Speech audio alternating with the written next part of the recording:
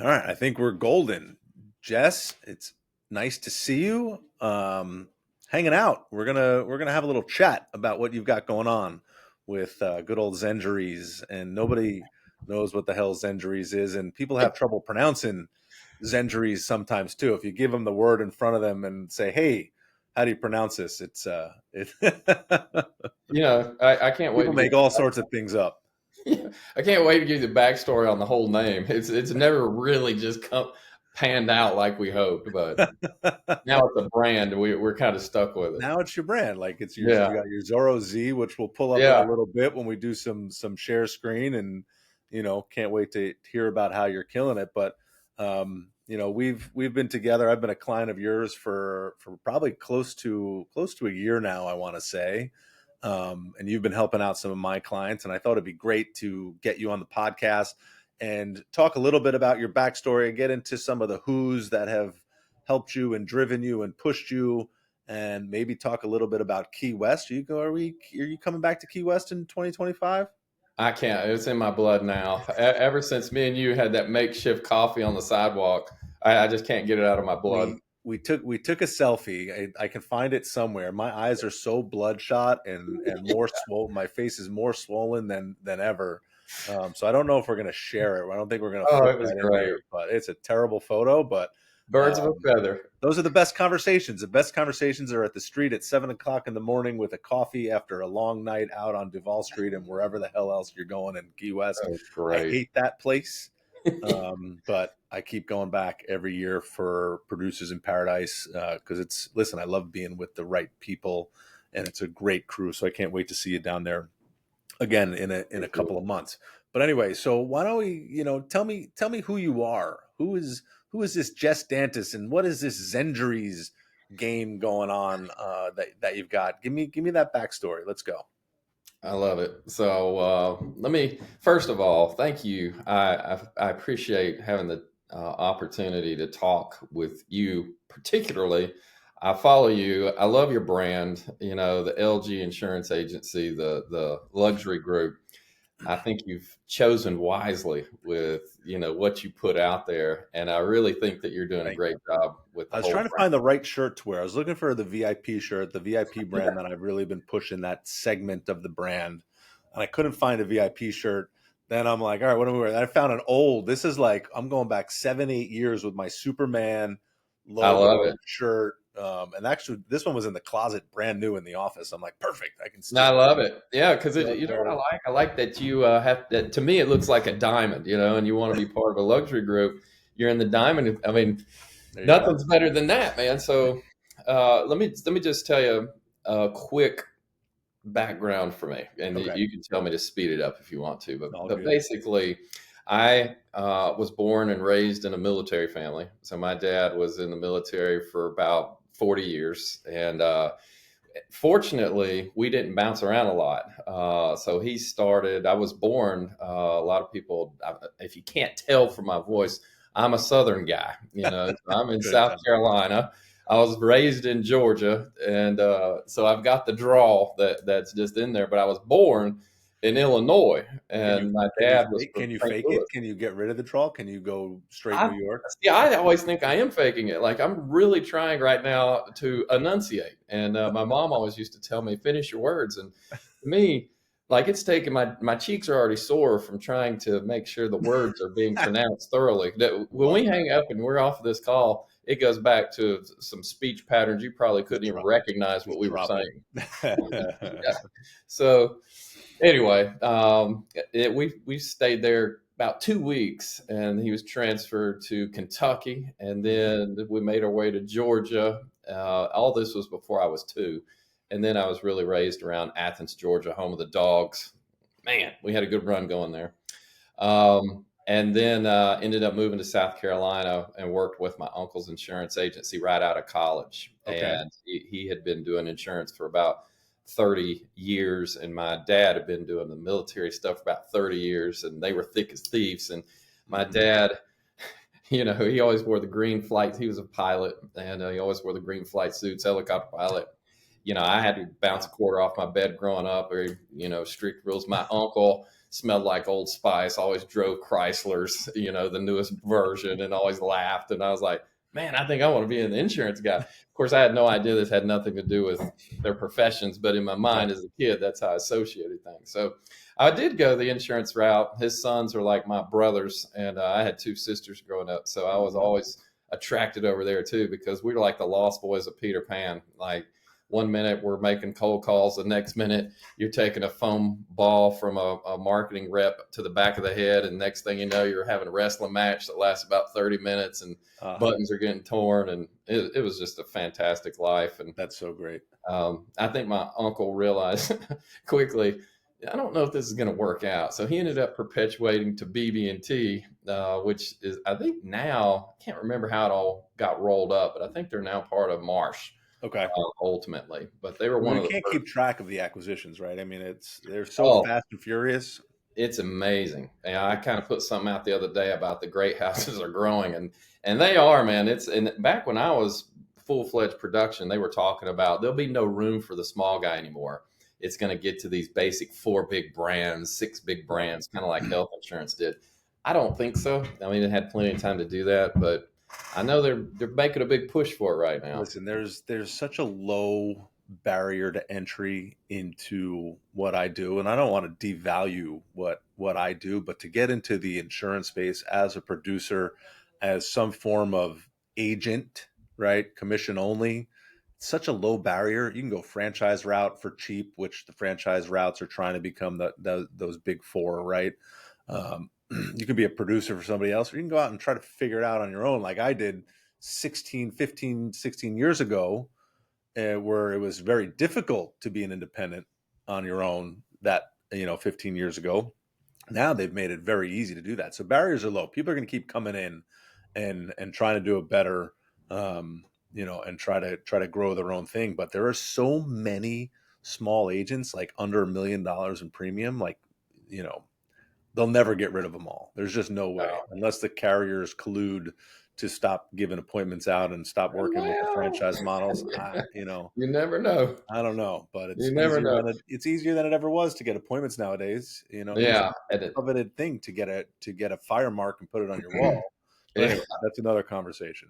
We can go Well, on. I think it's actually a great point too, because I personally believe that makes this industry very healthy. It Right. makes it very balanced, because yeah, you got the big ones, but this army of little ones that's constantly coming against the gates, hammering the walls. That's I true. think that makes it very healthy for the buyer, Right. so all the families, all the businesses that might listen to this, that's a good thing. You want a lot of LGs out here. Sometimes. Yeah. Well, you want the ones. I get annoyed by the little guys too. I still consider myself a little guy, on a revenue basis compared to the big guys. I'm a nobody, but then there's a whole nother world of ants beneath me. That's I true. may be a grasshopper in the Point well ecosystem. taken. Yeah. I guess But it's, there are so I many. always used to get tortured by people who used to compare the insurance guys with the car sales guys, and it's just like, if you think about it from their world, though, there are some pretty good dealerships that are just top notch, and then you got a bunch of used car dealerships Right. out here every quarter mile, and so they Absolutely. kind of is the same thing of insurance. You've got the Right. brands, and you've got the little guys that kind of give us all a little bit of a Yeah. black eye every now and So then. so uncle sold and kicked you out on your ass, and you were Yeah, on the yeah, street, yeah, and yeah. and uh, and, Well, and then what'd you do? it did actually. It was kind of looking back. You always get the value of the 2020 vision looking backwards. Yeah, And it's the best thing that ever happened to me, because always. we did a lot of contractors, and it was mainly all commercial, but it wasn't Mhm. big commercial. It was kind of smaller commercial. And when we went to BB&T, it gave me an immediate opportunity to work on big stuff. And Okay. when you're a smaller agency like we were, it really was virtually impossible to crack open. You could steal an account every now and then, but it's really hard to make a living at competing with the big guys in that Mhm. space, because they had Mhm. so much resources. And now they're coming into BB&T, and I had those resources. I was like, oh, well, nobody's more attracted to the carnage than me. So I Right. just dove right into the most difficult stuff, the bigger stuff. And it was it's a fight of gladiators. Like you gotta be thick and you gotta be good. Like you can't just go in there wearing some cool looking armor and think you can walk out with some victory. It's gonna be a real fight, and Yep. so you gotta really get good. And I was really a student of the game, and a lot of my background, because of being in the military family, and I love sports. I played basketball through college, but I've always been addicted to the discipline Hmm. of getting better, so I was always tortured with the thought of somebody's outworking me today. So Okay. I was one of those Pistol Pete guys out there doing crazy drills, redundant to the nth degree. Like if I didn't make 1,000 with my right hand, 1,000 with my left hand, I wouldn't quit, and so, but I liked it, so it wasn't like Right. work to me. I actually liked it, but this is just something that was a God given gift and it's a mental gift, not a physical. Look at me. There's no physical gift, but it's a mental gift. And I just like the work ethic. It gives me a lot of satisfaction because regardless of the outcome from that point on, I feel like that I've done basically as much as I can do. Right. And I think that gives me a level of confidence too, because there's a Bible verse that my mom used to tell me growing up that was, I think it's in Proverbs, maybe 21:31 or something like that. But it was, the horse prepares for the day of battle, but victory comes from God. Okay. And I love that because what it does is there's a lot of people that live their life out here saying, yeah, que sera, sera, whatever will be, will be. I kind of like that too, but that's not real life. Real life Right. is, hey, you better prepare like your life depends on it, because that's what that war horse is doing. And now, when you ride into battle, let it go, Right. because you don't really control the outcome. You control what you already did. So that's where I kind of succeeded on a big level at BB&T. It's funny how this conversation is happening right now because this afternoon I'm going into the studio and recording another podcast with a very successful mortgage lender who's been doing a lot of podcast work and social media work. And her message is about how to create luck, right? Yeah, So this yeah, is that same conversation, just in a different twist. So I love, I can't wait to tie 100%. it all together. We all love the flash and the bang and the sizzle, but at the end of the day, like Michael Jordan, Kobe Bryant, all these guys will tell you they were in. Um, what's the guy that shoots? Steph Curry shoots all the threes. I mean, they're fundamental. They focus on fundamentals. Not Right. they don't.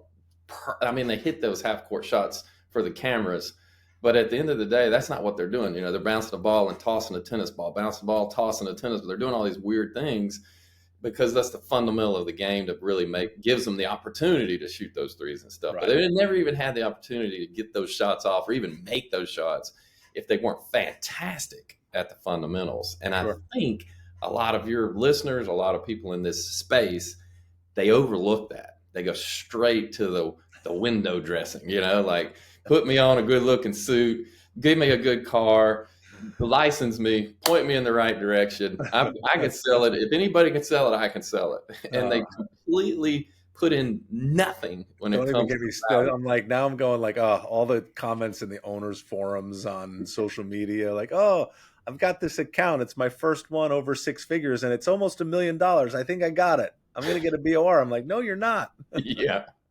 exactly. You know, It's the same thing as be like me we and you all want walking it. out to the NBA floor tonight and playing for uh, the Warriors, thinking we're going to drop 30. Right. It's just like, it don't work like that. You're Right. not capable. That's the end of the day. You're not capable. So that's what tortured me, was capabilities and Okay. fundamentals. But when I got good at that, what happened was, I was, just like anybody in that big environment, if you've ever been in a big environment or you've heard of a big environment, it is very bottom line driven. So Hmm. big boys care about big returns. And I'm not busting on that. Good for them, because that's what it's all about. Right. It's the big energy field that sucks us into that vortex where we're all heading in the same direction. Good for them. I don't love it. I didn't love it then. I don't love it now. And so for me, I was like, I'm going to hang out and go hang a shingle, and I'm going to try this on my own. And Okay. this is funny. So I just had I had 4 kids. My second kid, we just had her, Georgia, who just got married, by the way, touching moment out in Nevada.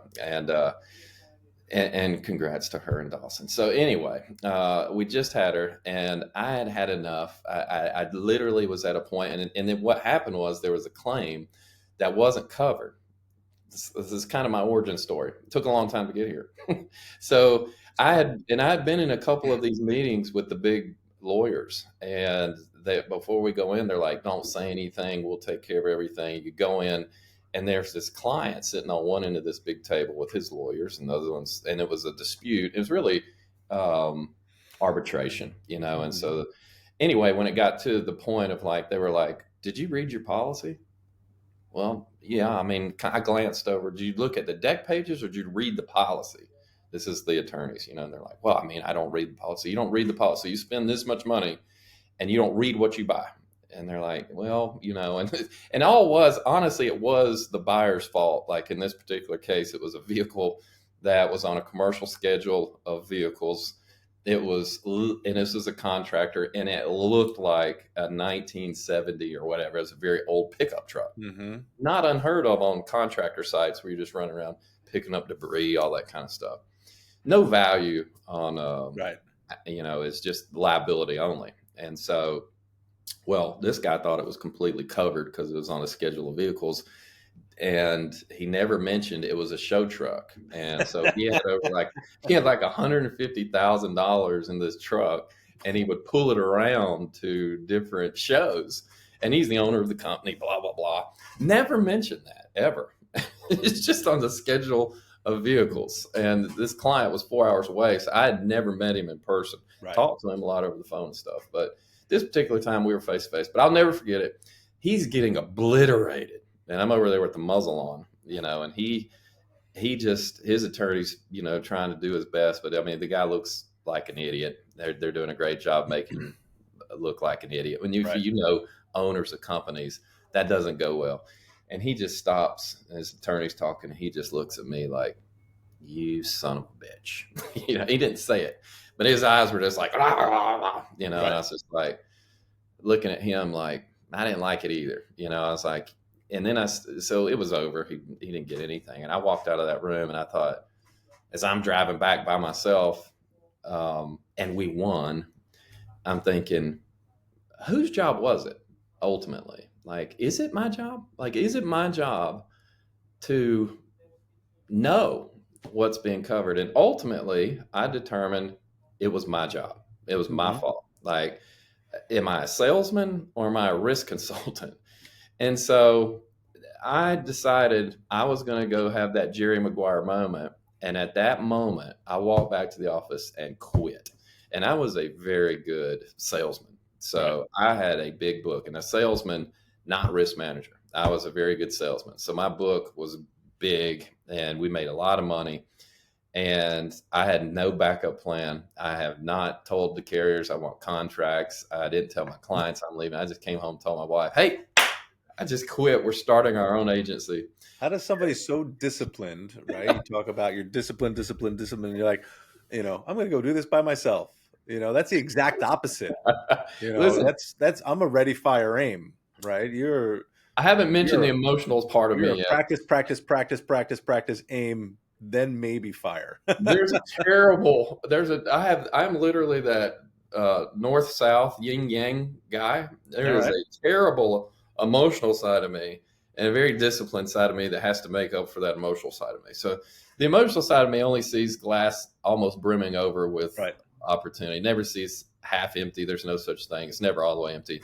It's just perspective. And so my wife balls, you know, like if you lost your mind, and that's the point where it dawned on me that I was like, yeah, that probably wasn't a great Love, idea. It I wasn't a love good that. exit barrier. Yeah, I I love mean, good that. exit strategy. I think it's awesome. But listen, you're going to skip ahead a Few few millennia. minutes here. It's like we're not paying by the minute, but at the same time, I Well, want to get you to get now you got what the I want full. to get to. I want to get to the Zenjuries story, so we can get into that a little bit.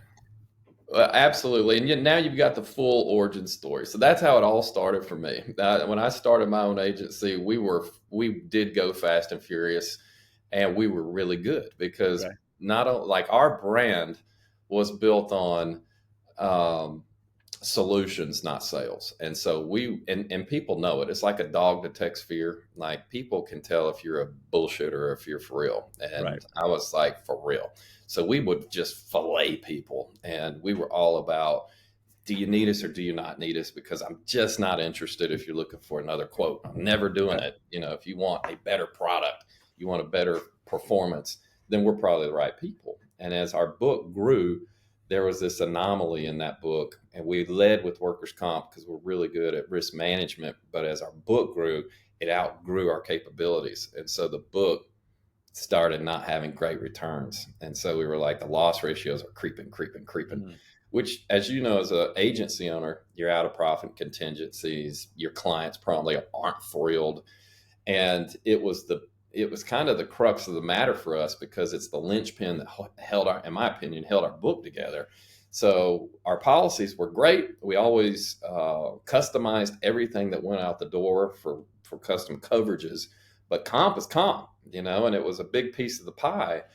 And so we realized we had a problem that we couldn't really get a hold of. And we tried all kinds of things. Throwing more people at it is never going to be a solution.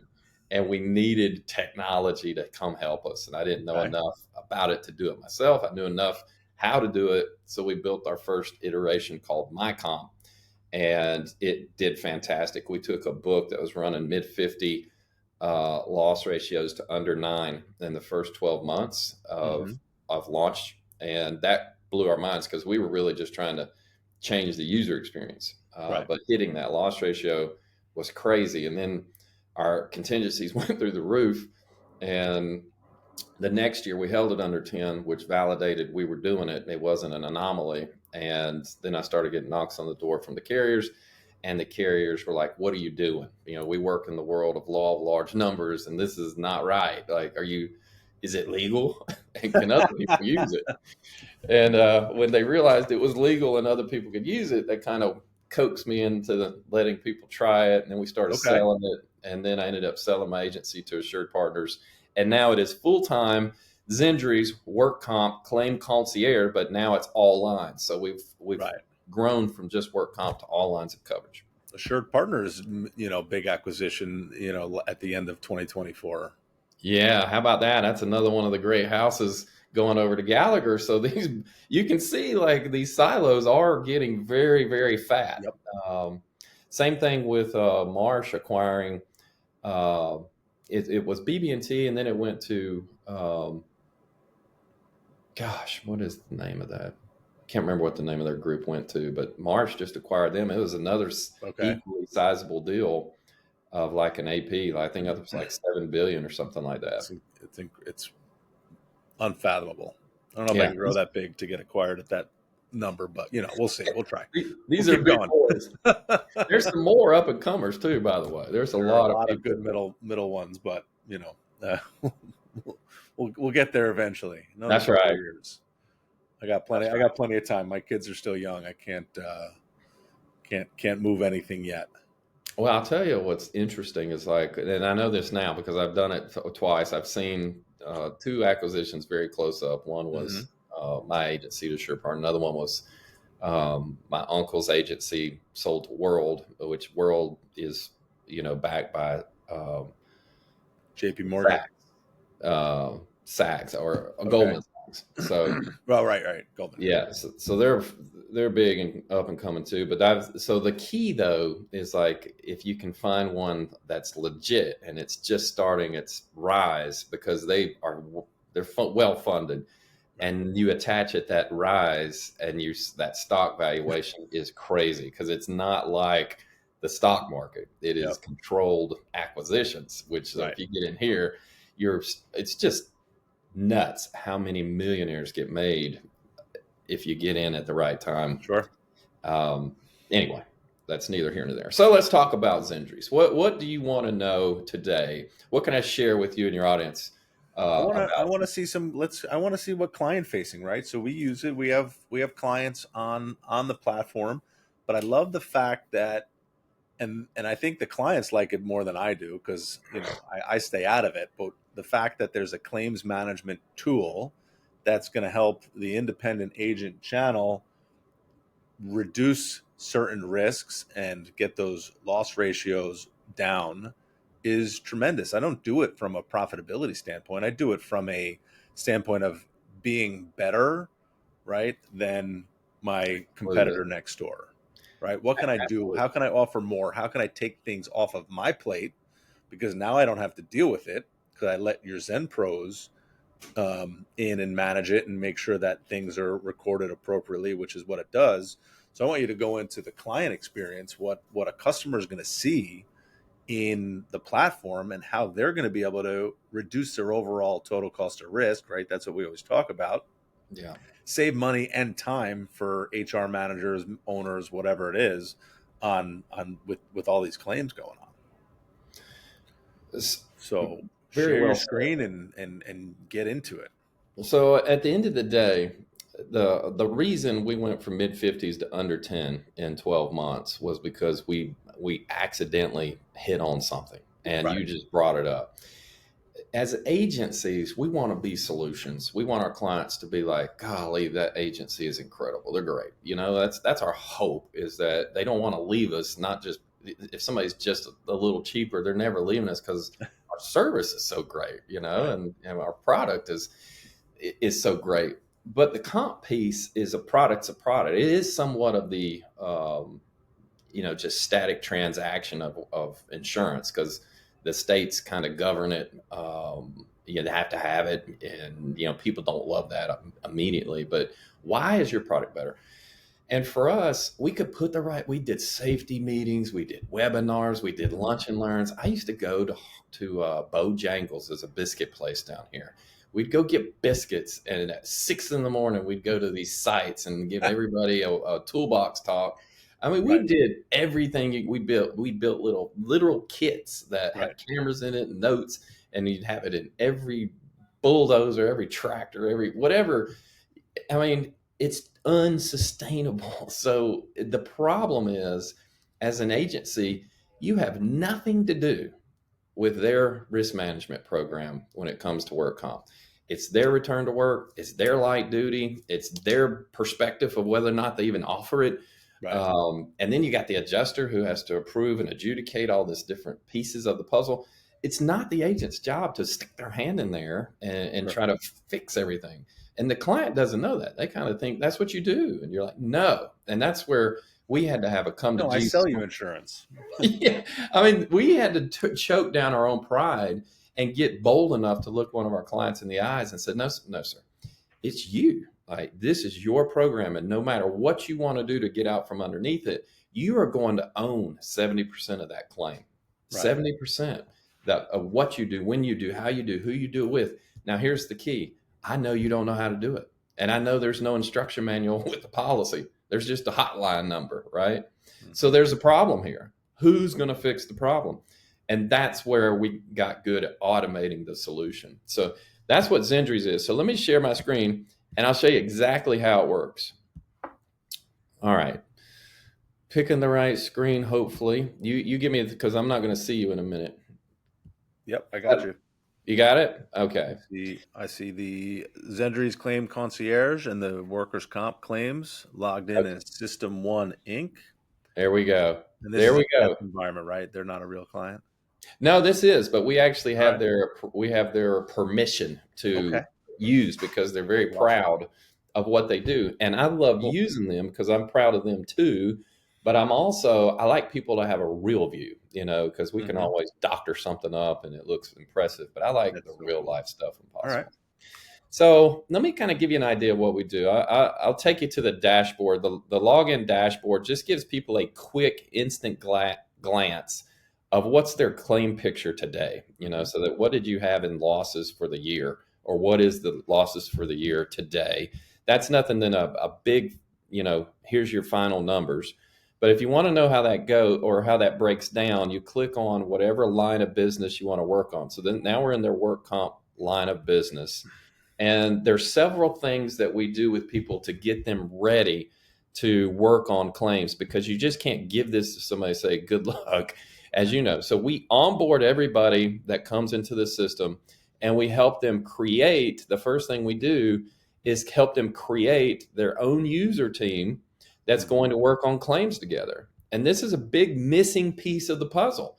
Right. And no matter what, everybody that is about to be put in a position, a role on this team, they're already going to play that role. But in today's world, they're disconnected from one another. Everybody's behind their own four walls, hoping and praying it never happens. But when it does, they're not ready. They're not connected. And so it's like wrangling cats when the claim actually starts. So we're going to change that day one. There's an unlimited user roster. So the Mhm. users can have as many people ready to put in a claim as they want.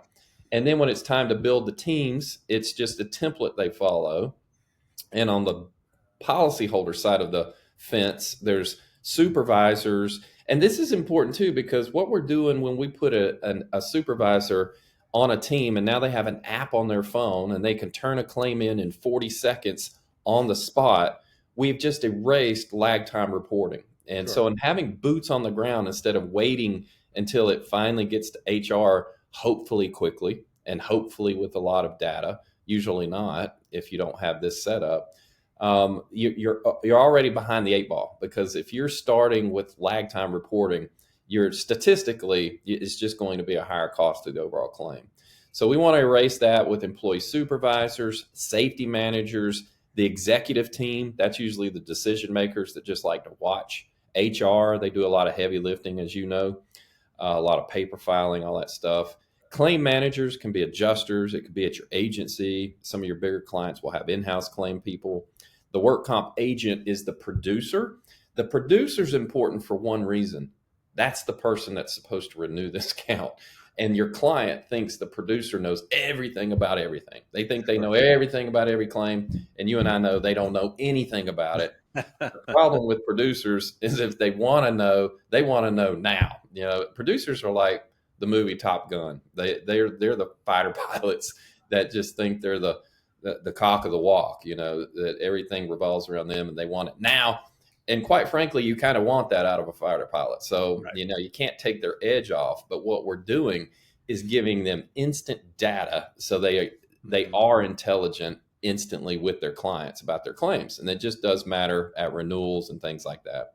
The So servicing agent, jump into the data that's tied in here. What is the data that's being tracked? yeah. So just, you know, to give you an idea of exact data, there's going to be claims that are going to have their own lives. And in today's world, you're going to have a bunch of data that only comes from loss runs, really. Mhm. You know, most 99% of the people that are out here are just using loss runs to create their own Excel files and things like that, trying to make cool looking graphs. But it's not very inclusive of everything that's happening from day one. Right. So as claims are moving through Zenjuries, we're always harvesting data points that we feel like move the needle the most. So some of those are like, what are the exact medical costs that have been paid? What's the indemnity cost that's been paid? What's reserved medically? What's reserved indemnity? These are cost drivers. These move Right. mods. These move renewal premiums. It just and your client needs to know this, right? I was If just asked it for this information for a prospect that we're working on. How much indemnity was paid for on each of these claims. I'm like, the loss runs we got, don't give me that data, and I can't get it for you. Right. yeah, The client's not going to give it to me because they don't have a freaking clue because they're not yeah, using, a Zenjuries software, whether it's you or any other tracking system, because they don't know the difference. I mean, but exactly. having this data, I would have been able to show certain metrics to the underwriter looking at this account to see if it makes sense, but also then to be able to say, hey, they're paying a lot in indemnity. We can come up with a plan now to try to reduce some of those payments and that time away, right? And we can bring these claims down. We can bring the claim costs down, which is going to ultimately benefit the insured, right? Return to work is going to be a little bit faster. Payouts are going to be less. Payouts are less. Premium's going to go down at the same time, right? It all kind of ties in together. So I mean, the benefit is tremendous, depending on for any size, any workers' comp account. Especially somebody that's got a little frequency is going to really benefit from tracking this data. I mean, that's exactly it, Aaron. I mean, you basically just hit a home run there because that's what it's all about. Otherwise, who cares? I mean, it Right. doesn't matter if you don't want to do something about it. But if Right. you want to do something about it, how can you possibly move in the right direction if you don't know your data set, Sure. right? And this isn't what I hated in my life before when I was in production. There was nothing like this. That's why we created it. There's nothing like this. So trying to recreate it was almost impossible, and you couldn't possibly do it for everybody. Right. You'd have to pick who you were going to give your time and energy to.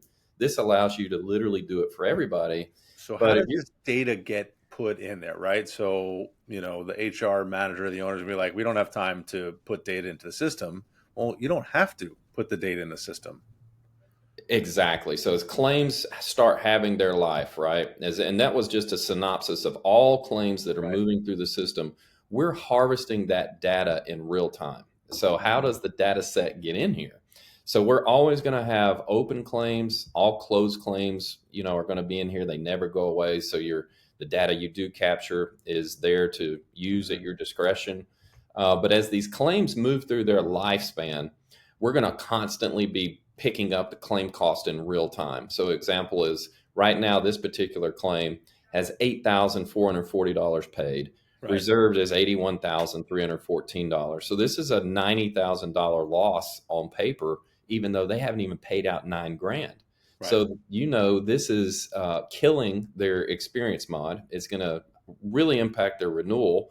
And so if we can get this claim closed somewhere around 40 or 50, that's going to have a giant impact Sure. on all kinds of stuff. And you mentioned a phrase I love, total cost of risk. This is just direct cost.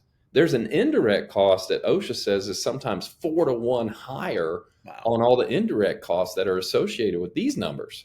So if you can lower this, it has a giant impact, not just on the renewal, not just on the mod, but on their overall balance sheet by reducing these wasted. That's what I call the fat and the fluff and the waste. That's where all that stuff lives on a balance sheet. Right. So you got to know your numbers.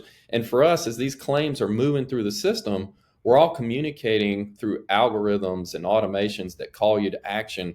All of this is on autopilot. So it's prompting people to do the right things at the right time with the right people. And a lot of that is our Zen pros are supporting everybody. So on every team, you're going to have multiple Zen pros that are going to be, leading and guiding people through the system. And as that happens, our Zen pros are, reaching. If I go back to this employee tab, you see we always have the adjuster's information. We have Right. the claim number. And so our Zen pros are reaching out to these adjusters, whoever's on this claim, at periodic moments in the algorithms just to update these numbers to make sure everybody understands this is where we are.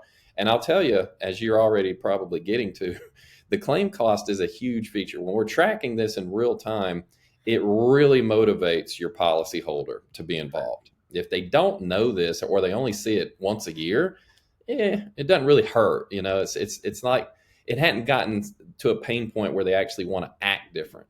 Well, we want them to act different immediately. And so to do that, we always have to encourage them by reminding them, hey, if you don't do anything, the system is already planning on paying about 90 grand on this. Right. Now, when you talk to the employer, they're going to be like, no way, we're ready for this thing to close right now. And quite frankly, it does help them track appointments. It helps them make sure they're keeping good files. Right. It just motivates them to do the right things at the Well, right just having that middle person, right? Whether it's an automation or it's your physical Zen pros who are real people, helping the workflow through and being that liaison between the carrier and the insured and the agent. I mean, just tracking and managing the data is just so huge because I don't have the time to do this for exactly. somebody to bring this value added. And, the customer definitely doesn't have or want to spend the time on managing this data. So bringing in Zenjuries as our third party claims management tool, which you now also just, in the middle of 2024 added the ability to add liability and other lines of claims into the system, which is huge, Yeah. to be able to really provide a full suite of claims management, and being that third party team member is amazing, right? Zenjuries is, besides the people on the team, Zenjuries is one of the who's it was is like a who that we want to bring in to help manage our clients better. Exactly. And this stuff, this is what I call high volume, low value task for an agency, but Hmm. it's a big deal, like because there's a lot of touch points in claims. And to me, my epiphany back in the day when I had that Jerry Maguire moment was claims are everything. It's the whole crux of what we are. Yep. Insurance is nothing more than a sold promise that when you have this issue, we're going to make you whole. And Right. hopefully, while we're making you whole, it's a pretty good user experience. That's the void that exists in the insurance market today And it's that getting Zenjuries worse, by the fills. way. It's getting way The worse. client experience for claims in general is getting worse. I'm seeing carriers reduce their Did I lose willingness you? to cooperate. And I'm still here. I got you. You got me. There you are. Oh, sorry. All right, we're good. Yeah, but carriers are, reducing their willingness to to Hey, get claims managed quickly and easily, right? I'm seeing it, whether they're reducing their costs or there's just way too many claims to manage because I'm seeing a lot of claims come through, whether it's on property or liability, workers' comp. There's way too much volume right now. you hit that's a big deal. Okay, so if you didn't hear anything else in this whole podcast, you need to hear that clear as a bell, because at the great exodus of talent in the claim space was COVID-19. There Okay. was a lot of people that left that were in those seats that have not come back. And if you hadn't figured it out, that's not a very sexy position to fill in the insurance space. Why, people Nobody don't wants like talking to you? People don't want to get beat up on it for a living in the claim space because, as you can imagine, claims are emotional. And so somebody's paid all this money, all these premiums. How many times have you heard, I hadn't had a claim in 10 years. I paid my premium every single month, all this stuff, and now I'm getting treated like this? I don't It's one think of so. those, if I had a nickel for every time I heard that. Yeah, exactly. And I mean, so it's gotten worse since COVID, and it's everywhere. It's on all lines. Now, this isn't designed to throw carriers under the bus. I know a lot of them well. We're talking, we work This with a helps lot the of them. carriers. I mean, this is beneficial to the carriers. It really is. I'll tell you, one of the things that is tough for the carriers is their hands are tied in so many ways legally, and they're so scared of a lawsuit. But some of this, more than a lawsuit, one of the big things they have to worry about is a weak link. Because accident fund just got hijacked for Right. like, well, they didn't. They saw it and they stopped it, but they had to pull their whole site down, the whole thing. You couldn't rate, you couldn't issue certificates, you couldn't do a policy change, and I Wow. think that went on for like 6 months before they were fully comfortable with the relaunch of what they've got. And my hat's off to them, because that's a big deal to Right. survive that and actually thrive through that. But it is one of the concerns out here of who do you partner with? How do you partner? And I don't think that had anything to do with that, but it does. What that really did was set everything back for partners like us, because it's kind of like, you might be great, but the last thing we want is a weak link to our data set in here. Sure. So, and that's another benefit of Zenjuries. Like, a lot of what you just saw, as you can tell, was click and go. It's very vanilla. It's just A, B, and C. It's blocking and tackling of claims. It's just, I know that we couldn't. There's not enough time in the day for me and lunch and learn your ass into a better work comp provider or a claim manager. So we just autopiloted the whole thing. If you could follow the bouncing ball, Right. you're probably going to do better. And that's all Zenjuries really is follow the bouncing ball through the claims process. And the better you follow the ball, the better the outcome, and, Right. and Well, I mean, that's everything. That's all of our processes in place, right? That's all the technology we use to support our clients and our employees here is just trying to make that process a little bit more streamlined so that everybody can focus on what they do best. And ideally, that's talking to clients, talking to prospects, talking to carriers and everybody else in between. That's what we do best. I get paid more to talk than I do that's right. to submit a claim or to do anything else.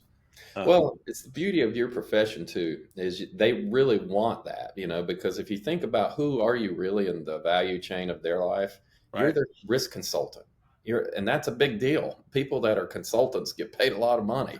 But if you're a real consultant, that's where that work ethic I was talking about came in. You really put in the hours, the fundamentals. You built yourself into a consulting position, Hmm. and you're going to get paid for that.